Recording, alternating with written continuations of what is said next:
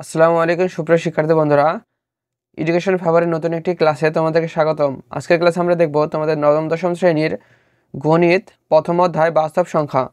তো তোমাদের যাদের স্কুলে এখন বই দেয়নি তারা অনলাইন থেকে বই ডাউনলোড করে নিতে পারো, এবং আমরা আমাদের এই এডুকেশন ফেভার ইউটিউব চ্যানেলে তোমাদের সকল বিষয়ের ভিডিও ধারাবাহিকভাবে আপলোড দিতে থাকবো। তো তোমরা এখনও যারা আমাদের এডুকেশন ফেভার ইউটিউব চ্যানেলটিকে সাবস্ক্রাইব করোনি, তারা আমাদের এডুকেশন ফেভার ইউটিউব চ্যানেলটিকে সাবস্ক্রাইব করে পাশে থাকা বেল আইকনটিতে ক্লিক করে দেবে, এবং তোমাদের সকল ভিডিও তোমরা প্লেলিস্ট আকারে পেয়ে যাবে। তো চলো কথা না বাড়িয়ে আমরা প্রথম অধ্যায় এটি দেখি। এখানে দেখো সূচিপত্র রয়েছে, এখানে তোমাদের টোটাল অধ্যায় রয়েছে 17টি। তো আমি ধারাবাহিকভাবে প্রতিটি সাবজেক্টের এবং প্রতিটি বিষয়ের ওপর ভিডিও দিতে থাকবো। তো আজকের এই লেকচারে আমরা দেখব এই প্রথম অধ্যায় বাস্তব সংখ্যা এর কিছু টপিকস নিয়ে। চলো আমরা দেখি। এখানে দেখো অধ্যায় 1 বাস্তব সংখ্যা অর্থাৎ রিয়েল নাম্বারস। তো এখানে হিস্ট্রিটা একটু তোমরা পড়ে নিতে পারো, এখানে হিস্ট্রিটা তোমরা ডাউনলোড দিয়ে পড়ে নিবে, বই ডাউনলোড দিয়ে দেখে নিবে। তো এটি আমি পড়ে দিচ্ছি না, আমরা এখান থেকে দেখব। এই অধ্যায়টি জানার জন্য তোমাদেরকে এই সংখ্যাগুলো অর্থাৎ এখানে যেই সংখ্যার শ্রেণীবিন্যাস রয়েছে এগুলো তোমাদেরকে অবশ্যই জানতে হবে। তো চলো আমরা আজকের লেকচার এগুলো দেখি। এখানে দেখো স্বাভাবিক সংখ্যা বা ন্যাচারাল নাম্বারস। তো 1 2 3 4 এভাবে ধারাবাহিকভাবে যে নাম্বারগুলো আসে সেগুলো হচ্ছে স্বাভাবিক সংখ্যা। এখানে দেখো ইত্যাদি স্বাভাবিক সংখ্যা বা ধনাত্মক অখণ্ড সংখ্যা, তাহলে ধনাত্মক অখণ্ড সংখ্যাই হচ্ছে স্বাভাবিক সংখ্যা। এখানে রয়েছে দেখো 2 3 5 7 ইত্যাদি মৌলিক সংখ্যা। তো যে সকল সংখ্যা 2 বা 2 এর চাইতে বড় এবং তাদেরকে ওই সংখ্যা এবং 1 ছাড়া অন্য কোনো সংখ্যা দিয়ে ভাগ করা যায় না, তাদেরকে আমরা জানি মৌলিক সংখ্যা। যেমন হচ্ছে 5কে শুধু 1 দিয়ে এবং 5 দিয়েই ভাগ করা যায়, অন্য কোনো সংখ্যা দিয়ে ভাগ করা যায় না, সেই কারণে এগুলো হচ্ছে মৌলিক সংখ্যা।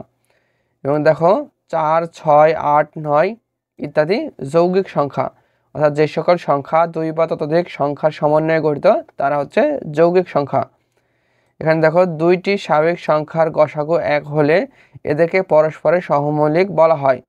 তাহলে দুইটি সংখ্যা তাদের এবং গসাগু বের করার পরে গসাগু যদি 1 হয় তাহলে আমরা তাদেরকে বলবো পরস্পরের সহমৌলিক সংখ্যা।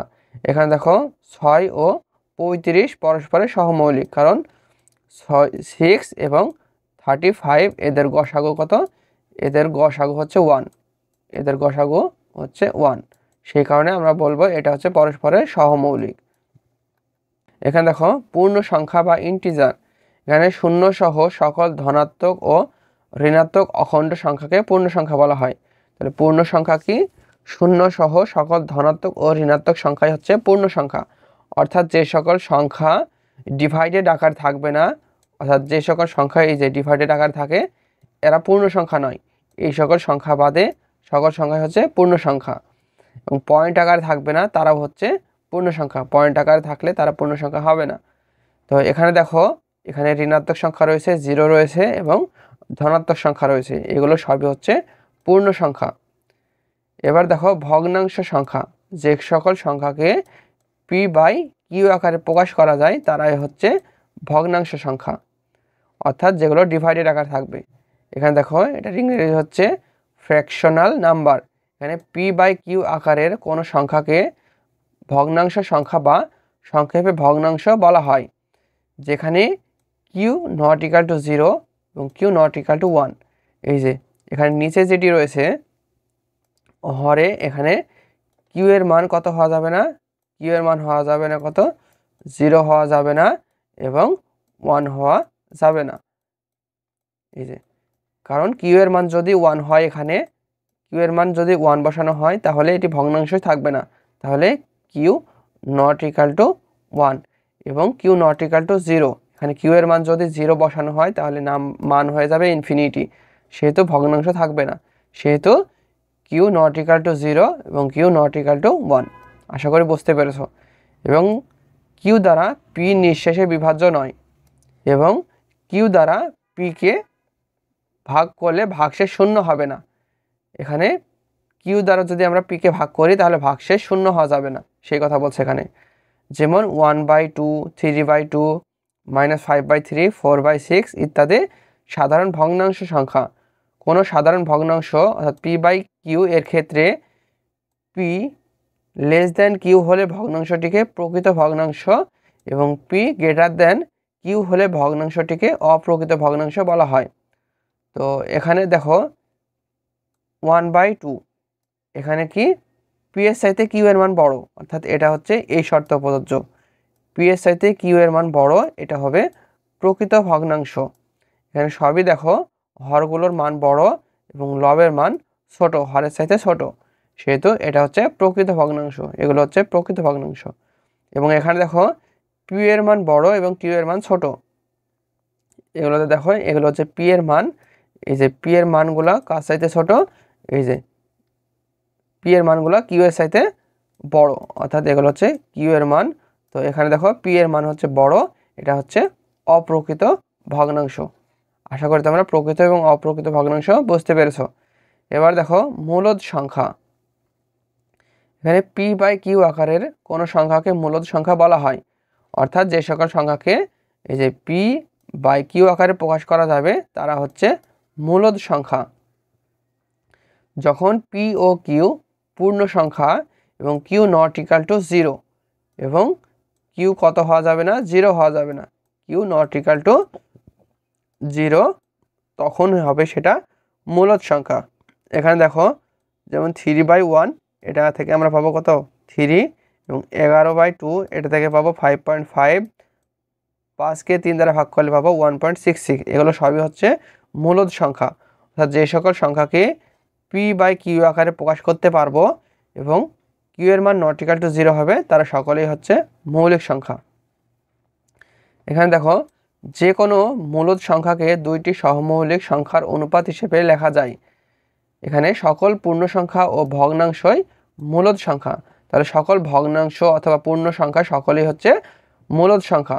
এখানে দেখো এই যে ভগ্নাংশ সংখ্যা দেখেছি, এই ভগ্নাংশ সকলেই হবে মূলদ সংখ্যা। আবার এখানে যে আমরা পূর্ণ সংখ্যা দেখলাম, এই যে পূর্ণ সংখ্যা, সেগুলো সবই হচ্ছে মূলদ সংখ্যার অন্তর্ভুক্ত। এবার দেখো অমূলদ সংখ্যা। এখানে যে সংখ্যাকে পি বাই কিউ আকারে প্রকাশ করা যায় না, মূলদ সংখ্যাকে আমরা দেখেছিলাম পি বাই কিউ আকারে প্রকাশ করা যাবে, আর এটাকে পি বাই কিউ আকারে প্রকাশ করা যাবে না। যেখানে পি ও কিউ পূর্ণ সংখ্যা এবং কিউ নট ইকাল টু 0, সে সংখ্যাকে অমূলদ সংখ্যা বলা হয়। এখানে কি হবে, পি ও কিউ পূর্ণ সংখ্যা হবে, পি কিউ পূর্ণ সংখ্যা হবে এবং কিউ নট ইকাল টু 0, তাকে আমরা বলবো অমূলদ সংখ্যা, এবং এটা পি বাই কিউ আকারে প্রকাশ করা যাবে না। এখানে দেখো পূর্ণবর্গ নয় এরূপ যে কোনো স্বাভাবিক সংখ্যার বর্গমূল কিংবা তার ভগ্নাংশ একটি অমূলদ সংখ্যা। এখানে পূর্ণ বর্গ নয়, তাদের বর্গমূল হবে কি অমূলদ সংখ্যা। এখানে যেমন দেখো √2, এখানে √2 মান বের করলে পাওয়া যায় 1.414213। এখানে কোনো রিপিট সংখ্যা নাই, সেহেতু এটা হবে অমূলদ সংখ্যা। এবং √3 এটা হচ্ছে অমূলদ সংখ্যা। তাহলে সকল স্বাভাবিক সংখ্যা অথবা পূর্ণ সংখ্যা যেগুলো আমরা দেখেছি তাদের বর্গমূল যদি আমরা করি তাহলে আমরা পাবো অমূলদ সংখ্যা। এই যে এই কথাটি দেখো, সকল স্বাভাবিক সংখ্যা তাদের বর্গমূল হবে অমূলদ সংখ্যা। এই যে দেখো 2 একটি স্বাভাবিক সংখ্যা বা পূর্ণ সংখ্যা, 3 একটি স্বাভাবিক সংখ্যা বা পূর্ণ সংখ্যা, এদের কি বর্গমূল যখন করলাম তখন সেটা হবে অমূলদ সংখ্যা। এখানে দেখো √5/2 এটিও কি অমূলদ সংখ্যা ইত্যাদি। অমূলদ সংখ্যা, কোনো অমূলদ সংখ্যাকে দুইটি পূর্ণ সংখ্যার অনুপাত হিসেবে প্রকাশ করা যায় না, অর্থাৎ পি বাই কিউ আকারে প্রকাশ করা যাবে না, এটা যাবে না এখানে। তো আশা করি এটা তোমরা বুঝতে পেরেছো। তো তোমরা এটা জেনে রাখবা, পরবর্তীতে এগুলো আরও আসবে, সেখানে আরও ডিটেলস এগুলো আলোচনা করা হবে। এখানে দেখো দশমিক ভগ্নাংশ সংখ্যা। এখানে দেখো মূলদ সংখ্যা ও অমূলদ সংখ্যাকে দশমিক দিয়ে প্রকাশ করা হলে একে দশমিক ভগ্নাংশ বলা হয়। অর্থাৎ কি মূলদ এবং অমূলদ সংখ্যাকে দশমিক দিয়ে প্রকাশ করা হলে তাকে আমরা বলবো দশমিক সংখ্যা। এখানে দেখো 3কে আমরা প্রকাশ করতে পারি 3.0, এটিও 3 প্রকাশ করে, তো দশমিক দিয়ে প্রকাশ করছি সেহেতু এটা হবে দশমিক সংখ্যা। এখানে যেমন দেখো 5/2, এটাকে ভাগ করলে আমরা পাবো 2.5, এটা হচ্ছে দশমিক ব্যবহার করা হয়েছে, সেই জন্য এটি দশমিক সংখ্যা। এইভাবে এগুলো সবই হচ্ছে দশমিক সংখ্যা ইত্যাদি। দশমিক ভগ্নাংশ, দেখো দশমিক বিন্দুর পর অঙ্ক সংখ্যা অসীম হলে এদেরকে সসীম দশমিক ভগ্নাংশ এবং অঙ্ক সংখ্যা অসীম হলে এদেরকে অসীম দশমিক ভগ্নাংশ বলা হয়। যেমন এখানে দেখো 10কে 3 দ্বারা ভাগ করলে এখানে 3.3 এটি চলতে থাকবে, সেহেতু এটা হবে অসীম। এখানে দেখো 1.732 এটাও হবে অসীম। আবার এখানে দেখো 0.52 এটা হচ্ছে এখানে শেষ, সেহেতু এটা হবে সসীম। যেগুলো হচ্ছে অসীম পর্যন্ত যাবে না, তাহলে এগুলো হচ্ছে সসীম এবং এটি হচ্ছে অসীম। তো আশা করি বুঝতে পেরেছো কোনটি সসীম এবং কোনটি অসীম। এখানে দেখো 4/3 এখানে ভাগ করলে পাবো এটাও কি অসীম দশমিক ভগ্নাংশ। এগুলো সবই অসীম দশমিক ভগ্নাংশ। আবার দেখো অসীম দশমিক ভগ্নাংশের মধ্যে দশমিক বিন্দুর পর কিছু অঙ্কের পুনরাবৃত্তি হলে, যেমন পুনরাবৃত্তি যদি হয় সেটি দেখব, তাদেরকে অসীম আবৃত দশমিক ভগ্নাংশ, এবং অঙ্কগুলোর পুনরাবৃত্তি না হলে এদেরকে অসীম অনাবৃত দশমিক ভগ্নাংশ বলা হয়। এখানে দেখো 122কে 99 দ্বারা ভাগ করলে আমরা কত পাই? 1.2323। এখানে দেখো যে এই সংখ্যায় পয়েন্টের পরে অর্থাৎ 2 3 এবং 2 3 এটা হচ্ছে দেখো রিপিট হয়েছে 2 3 2 3। তো এই সংখ্যাগুলো বারবার রিপিট হবে। তো এগুলোকে যেহেতু পয়েন্টের পরে অনেক সংখ্যা আসবে, সেহেতু কি এটা হচ্ছে অসীম, এবং আমরা দশমিক দিয়ে প্রকাশ করতে পারবো, যেমন এইভাবে 1.23।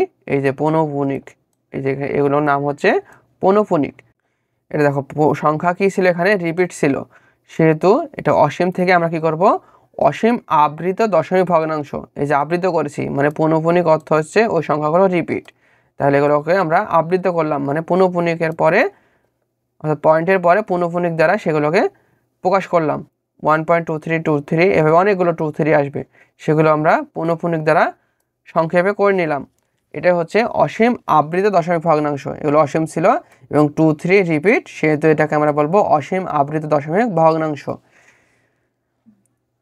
এবার দেখো 5.1654, অর্থাৎ এখানে 654 এভাবে রিপিট থাকবে। এটাকে আমরা লিখতে হলে এভাবে, এই সংখ্যাগুলো ছিল এভাবে 5.1654 এভাবে এটি রিপিট আছে। 654 এই তিনটি সংখ্যা হচ্ছে রিপিট, সেহেতু প্রথম এবং লাস্টেরটাতে পৌনঃপুনিক দ্বারা আমরা প্রকাশ করে দিলাম। এখানে 5-এর পর দেওয়া লাগবে না, 6 এবং 4-এর পর দিলেই মাঝেরটা অটোমেটিক হয়ে যাবে। তো এগুলো সবই কি? এগুলো হচ্ছে অসীম আবৃত দশমিক ভগ্নাংশ, অর্থাৎ পয়েন্টের পরে যেগুলো রিপিট আছে। এগুলো দেখো 0.5230500056। এখানে দেখো পয়েন্টের পরে কোনো সংখ্যা রিপিট নাই, এবং এটা দেখো এটাতেও পয়েন্টের পরে কোনো সংখ্যা রিপিট নাই। যেমন এটাতে এবং এটাতে কি ছিল? রিপিট ছিল। এটা আমি দেখাই দিলাম এভাবে ভেঙে। তাহলে এই সংখ্যাগুলোকে আমরা বলবো অসীম আবৃত দশমিক ভগ্নাংশ, এবং এটাকে বলবো অসীম অনাবৃত ভগ্নাংশ। এই যে অনাবৃত দশমিক ভগ্নাংশ। তো আশা করি তোমরা এগুলো বুঝতে পেরেছো, আবৃত অনাবৃতর এই বিষয়গুলো। এবার দেখো বাস্তব সংখ্যা বা রিয়েল নাম্বার। সকল মূলদ সংখ্যা এবং অমূলদ সংখ্যাকে বাস্তব সংখ্যা বলা হয়। যেমন নিচের সংখ্যাগুলো বাস্তব সংখ্যা, তাহলে সংখ্যা মূলদ হোক বা অমূলদ হোক সকলেই হচ্ছে বাস্তব সংখ্যা। এবার দেখো ধনাত্মক বা পজিটিভ সংখ্যা। ধনাত্মক সংখ্যা কাকে বলে তোমরা অবশ্যই জানো। এই দেখো 0 থেকে বড় সকল বাস্তব সংখ্যাকে ধনাত্মক সংখ্যা বলা হয়। তাহলে 0 থেকে বড় সকল বাস্তব সংখ্যাই হচ্ছে ধনাত্মক সংখ্যা। এগুলো সবই 0 থেকে বড়, সেহেতু এগুলো হচ্ছে ধনাত্মক সংখ্যা। এবার দেখো ঋণাত্মক সংখ্যা। 0 থেকে ছোট সকল বাস্তব সংখ্যাই হচ্ছে ঋণাত্মক সংখ্যা। এগুলো সকলেই হচ্ছে ঋণাত্মক সংখ্যা। এবার দেখো অঋণাত্মক সংখ্যা। 0 সহ সকল ধনাত্মক সংখ্যাকে অঋণাত্মক সংখ্যা বলা হয়। অঋণাত্মক মানে ঋণাত্মক নয়, অর্থাৎ ধনাত্মক, কিন্তু সেখানে একটি পার্থক্য থাকবে। ধনাত্মকে কি ছিল? 0 থেকে বড় ছিল, কিন্তু এখানে 0 সহ 0 থেকে বড় ইত্যাদি হচ্ছে অঋণাত্মক সংখ্যা। এবার দেখো নিচের চিত্রে আমরা বাস্তব সংখ্যার শ্রেণীবিন্যাস দেখতে পাই। এখানে দেখো বাস্তব সংখ্যা কি? মূলদ সংখ্যা এবং অমূলদ সংখ্যা। এখানে কি মূলদ সংখ্যার মধ্যে রয়েছে কি? পূর্ণ সংখ্যা এবং ভগ্নাংশ সংখ্যা। ভগ্নাংশ সংখ্যার মধ্যে আমরা কি দেখেছি? সাধারণ ভগ্নাংশ দেখেছি এবং দশমিক ভগ্নাংশ দেখেছি। সাধারণ ভগ্নাংশের মধ্যে আমরা কি দেখেছি? প্রকৃত এবং অপ্রকৃত ভগ্নাংশ আমরা দেখেছি। এখানে আমি সব সুন্দরভাবে দেখিয়ে দিয়েছি। এই যে ভগ্নাংশ সংখ্যা ছিল কি? এই যে প্রকৃত ভগ্নাংশ ছিল, অপ্রকৃত ভগ্নাংশ ছিল, এবং আরেকটি হচ্ছে মিশ্র ভগ্নাংশ। এই যে অপ্রকৃত ভগ্নাংশ যেটি কি ছিল, এখানে আমরা কি দেখেছিলাম? অপ্রকৃত হচ্ছে p/q। এখানে p এর মান বড় ছিল q এর চাইতে, এটি হচ্ছে অপ্রকৃত ভগ্নাংশ। এবং অপ্রকৃত ভগ্নাংশরই সমন্বয়ক হচ্ছে মিশ্র ভগ্নাংশ, যেটা আমরা পরবর্তীতে আসলে আলোচনা করব। এবং দশমিক ভগ্নাংশের মধ্যে আমরা কি দেখলাম? সসীম, দশমিক, অসীম, আবৃত, এগুলো আমরা দেখিয়েছি। অমূলদের মধ্যে রয়েছিল কি? অসীম, অনাবৃত, দশমিক। তাহলে অসীম, অনাবৃত, দশমিক যেটি আমরা এখানে দেখেছি, যেখানে দেখেছি সেটা হচ্ছে অমূলদ সংখ্যার মধ্যে পড়বে। তারপরে পূর্ণ সংখ্যার মধ্যে দেখেছিলাম কি? ধনাত্মক পূর্ণ সংখ্যা, ঋণাত্মক পূর্ণ সংখ্যা, এবং আরেকটি ছিল জিরো। তারপর দেখেছি মৌলিক সংখ্যা, যৌগিক সংখ্যা, 1, এগুলো সকলেই আমরা দেখেছি। তো এই ভিডিওতে আমি যেই টপিকগুলো তোমাদেরকে দেখিয়ে দিলাম অর্থাৎ বুঝিয়ে দিলাম, এগুলো তোমরা PDF ডাউনলোড দিয়ে নিবে, কারণ অনেক স্কুলে এখনও বই দেয়নি। তো অথবা তোমরা ফোনে স্ক্রিনশট দিয়ে এগুলো ভালোভাবে দেখবে, কারণ এগুলো পরবর্তীতে তোমাদেরকে কাজে লাগবে। অবশ্যই এগুলো ভালোভাবে দেখতে হবে। তো আজকের ভিডিওটি এই পর্যন্তই। আমরা পরবর্তী লেকচারে এই যে কাজ দেখছে এখানে বাস্তব সংখ্যার শ্রেণীবিন্যাস, এই যে সংখ্যাগুলো রয়েছে এগুলো আমরা আলোচনা করব সুন্দরভাবে। তো আজকের ভিডিওটি এই পর্যন্তই। পরবর্তী লেকচারে এগুলো দেখার আমন্ত্রণ জানিয়ে আজকের ভিডিওটি আমি এখানেই শেষ করছি। তাছাড়া তোমরা যদি আমাদের এডুকেশন ফেভার ইউটিউব চ্যানেল নতুন হয়ে থাকো, অবশ্যই তোমরা চ্যানেলটিকে সাবস্ক্রাইব করে রাখবে, কারণ তোমাদের সকল ভিডিও আমি আমাদের এই এডুকেশন ফেভার ইউটিউব চ্যানেলে আপলোড করে দেব। তো ভিডিওটি শেষ পর্যন্ত দেখার জন্য তোমাদেরকে ধন্যবাদ।